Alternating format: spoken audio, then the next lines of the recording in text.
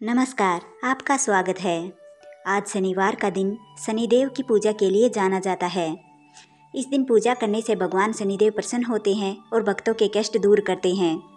जिनकी कुंडली में शनि दोष या शनि की 7.5 आती है, उनको शनिवार का व्रत जरूर करना चाहिए और कथा जरूर सुननी चाहिए। तो आइए सुनते हैं भगवान शनिदेव की व्रत कथा। कई हजार साल पहले स्वर्ग में 9 ग्रहों के बीच एक सवाल को लेकर झगड़ा होने लगा और वो सवाल ये था कि आखिरी में सबसे बड़ा है कौन। सारे ग्रह खुद को बड़ा कह रहे थे। होते होते बात इतनी बढ़ गई कि सबके बीच लड़ाई होने लगी। तभी इस बात का फैसला करने के लिए सभी ग्रहों ने इंद्रदेव के पास जाने का फैसला लिया। वहाँ पहुंचकर सबने एक स्वर में उनसे पूछा, आखिर हम सब में से बड़ा है कौन। इस सवाल का जवाब तो इंद्रदेव के पास भी नहीं था। इस बात को सुनते ही वो परेशान हो गए और साफ शब्दों में इंद्रदेव ने कह दिया कि आपके इस सवाल का जवाब राजा विक्रमादित्य ही दे सकते हैं। हम सबको तुरंत पृथ्वीलोक चले जाना चाहिए। सबने इंद्रदेव की बात मान ली और सभी एक साथ उज्जैन पहुंच गए। वहां पहुंचकर सभी 9 ग्रहों ने इंद्रदेव से पूछा गया सवाल एक बार फिर विक्रमादित्य से किया। ऐसा सवाल सुनकर राजा विक्रमादित्य भी हैरान हो गए। उनके मन में हुआ कि हर ग्रह की अपनी एक खासियत है। हर कोई किसी धातु का देव कहलाता है और सबकी शक्ति अलग अलग व प्रभावी है। अगर किसी को बड़ा या किसी को छोटा कह दिया तो बड़ी मुश्किल हो सकती है। सोचते सोचते विक्रमादित्य के दिमाग में एक योजना आई। उन्होंने सभी ग्रहों का आसन बनवाकर वहां पर लगवा दिया, जैसे कि सोना, चांदी, कांसा, तांबा, सीसा, रांगा, जस्ता, अभ्रक और लोहा। अब इन आसनों में उनके स्वामी को बैठने के लिए कहा गया। सब एक एक करके अपने अपने आसनों पर बैठ गए। सबके बैठने के बाद राजा विक्रमादित्य बोले कि आप लोगों के सवाल का जवाब तो खुद ही मिल गया है। अब जो इनमें सबसे आगे बैठा है वही सबसे बड़ा है। इस बात को सुनते ही आखिरी सिंहासन पर बैठे शनिदेव को बहुत गुस्सा आ गया। गुस्से में शनिदेव ने विक्रमादित्य से कहा कि तुमने मुझे सबसे पीछे बैठाकर मेरा अपमान किया है। तुम्हें मेरी शक्तियों का अंदाज़ा नहीं है। मैं तुम्हें पूरी तरह से ख़त्म कर दूंगा। उन्होंने आगे फिर से कहा कि सूर्य किसी राशि में 1 महीने तक, चंद्रमा किसी राशि में 2.25 महीने तक, मंगल एक राशि में 1.5 महीने तक, बुध व शुक्र 1-1 महीने तक, बृहस्पतिवार 13 महीने तक आते हैं। इन सब के मुकाबले मैं किसी भी राशि में 7.5 साल तक 7.5 बनकर रह सकता हूँ। कई देवता मेरे प्रकोप से पीड़ित हैं। भगवान राम को भी 7.5 का प्रकोप झेलना पड़ा था। इसी वजह से वो जंगल में गए थे।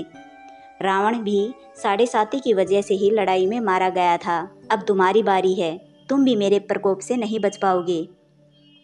ये सब देखकर अन्य ग्रहों के देवता चले गए और शनिदेव भी नाराज होते हुए आगे निकल गए। इतना सब होने के बाद अब विक्रमादित्य परेशान रहने लगे, लेकिन वो पहले की तरह ही अपनी जनता के लिए न्याय करते रहे। होते होते वो आनंद से अपना जीवन जीने लगे, पर शनिदेव अपना अपमान बिल्कुल भी नहीं भूले थे। बदला लेने के मन से एक दिन शनिदेव घोड़ा व्यापारी के रूप में उज्जैन पहुँचे।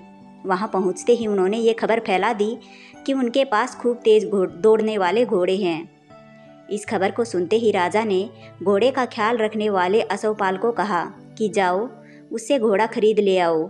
वो गया और देखा कि घोड़े काफ़ी कीमती हैं। फिर विक्रमादित्य खुद गए और ताकतवर घोड़ा पसंद कर लिया। उसके बाद घोड़े की गति को देखने के लिए विक्रमादित्य उस घोड़े पर सवार होने लगे। तभी घोड़ा हवा से भी तेजी से दौड़ने लगा और राजा को एक जंगल में ले जाकर उसने छोड़ दिया। जंगल में राजा अपने नगर वापस लौटने का रास्ता ढूंढने लगे। उन्होंने कई घंटों तक रास्ता ढूंढा, लेकिन रास्ता कहीं नहीं मिला। भूख प्यास से व्याकुल होकर वे तड़पने लगे। कुछ ही देर में उन्हें एक चरवाहा दिखाई दिया। उसे राजा ने पानी मांग कर पी लिया और पानी के बदले सोने की अंगूठी उसे दे दी। उसके बाद राजा रास्ता पूछते हुए एक नगर में पहुंचा। वहां सामने ही राजा को एक सेठ की दुकान दिखाई दी। वो कुछ देर के लिए वहां पर बैठकर उस सेठ से बातें करने लगा। उसी वक्त सेठ की दुकान की चीज़ें बहुत ही तेज़ी से बिकने लगी। तभी सेठ को लगा कि राजा उसके लिए भाग्यशाली है, इसलिए वो उन्हें अपने घर खाना खिलाने के लिए ले गया। घर पहुंचकर सेठ कुछ देर के लिए राजा को एक कमरे में छोड़कर बाहर चला गया। वहां राजा ने एक खूंटी पर हार का लटका हुआ देखा और तभी एक घंटी बजी। उसने देखा कि खूंटी ने उस हार को निगल लिया। ये सब देखने के बाद राजा बड़े हैरान हुए। कुछ देर के बाद सेठ वहाँ आया तो उसे वहाँ पर वो हार दिखाई नहीं दिया। तभी उसे विक्रमादित्य पर हार चोरी करने का शक हुआ। सेठ ने इसकी शिकायत उस नगर के राजा को कर दी। सैनिक विक्रमादित्य को जंजीर में जकड़कर उस राज्य के राजा के पास लेकर गए। तभी राजा ने विक्रमादित्य से पूछा कि वो हार कहाँ है। उन्होंने जवाब दिया कि वो हार तो खूंटी निगल गई। इस बात को सुनते ही राजा आग बबूला हो गए और हीरे का हार चोरी करने के जुर्म में विक्रमादित्य के हाथ पैर कटवाने की सज़ा सुना दी। सैनिकों ने राजा का आदेश मानते हुए विक्रमादित्य के हाथ पैर काटकर उसे वहीं पर सड़क पर छोड़ दिया। सड़क पर इस तरह पड़े हुए विक्रमादित्य को कई दिन हो गए। एक दिन तेली को उस पर दया आ गई और उन्हें वह अपने घर ले गया। उन्हें बैल हाँकने वाले का कोल्हू की जगह काम दिया।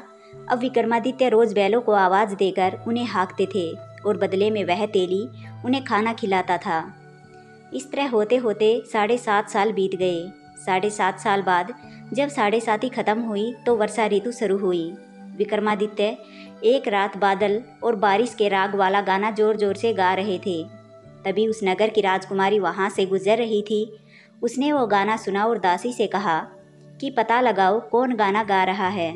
दासी ने ठीक वैसा ही किया और कुछ देर बाद वो लौट कर आई और कहा कि वो एक राजा है और हार चुराने के जुर्म में उसे अपंग कर दिया गया है। राजकुमारी ने उसका गाना इतना पसंद आया कि उसने विक्रमादित्य से शादी करने का फैसला ले लिया। इस बारे में राजकुमारी ने अपने माँ बाप को बताया कि उन्होंने उस रिश्ते से इनकार कर दिया। राजकुमारी ने तो जिद पकड़ ली थी कि वो शादी करेगी तो सिर्फ उसी से, वरना वो अपने प्राण त्याग देगी। बेटी की जिद के आगे हार मानकर माँ बाप ने उसकी शादी विक्रमादित्य से करवा दी। शादी के बाद राजकुमारी भी तेली के घर रहने लगी। विवाह की रात ही विक्रमादित्य को सौपन में शनिदेव दिखाई दिए और शनिदेव ने कहा कि अब तो तुम्हें मेरे प्रकोप का पता चल ही गया होगा। अपने दंड की सज़ा मैंने तुम्हें इस तरह से दी है। सपने में दुखी राजा ने शनिदेव से माफ़ी मांगी और प्रार्थना करते हुए कहा, आपने मुझे जितना दुख दिया है उतना किसी और को मत देना। विक्रमादित्य की प्रार्थना सुनकर शनिदेव को अच्छा लगा। उन्होंने बताया कि जो भी इंसान मेरी पूजा करेगा, मेरा मन लगाकर ध्यान करेगा या मेरी कथा सुनेगा, चींटियों को आटा खिलाएगा, वो मेरे प्रकोप से बचा रहेगा और उसके सारे मनोरथ पूर्ण होंगे। सपने में ये सब देखते ही विक्रमादित्य की नींद खुल गई और उसके हाथ पैर भी वापस लौट आए थे। वो मन ही मन बहुत ही खुश हुआ और उन्होंने शनिदेव को धन्यवाद किया।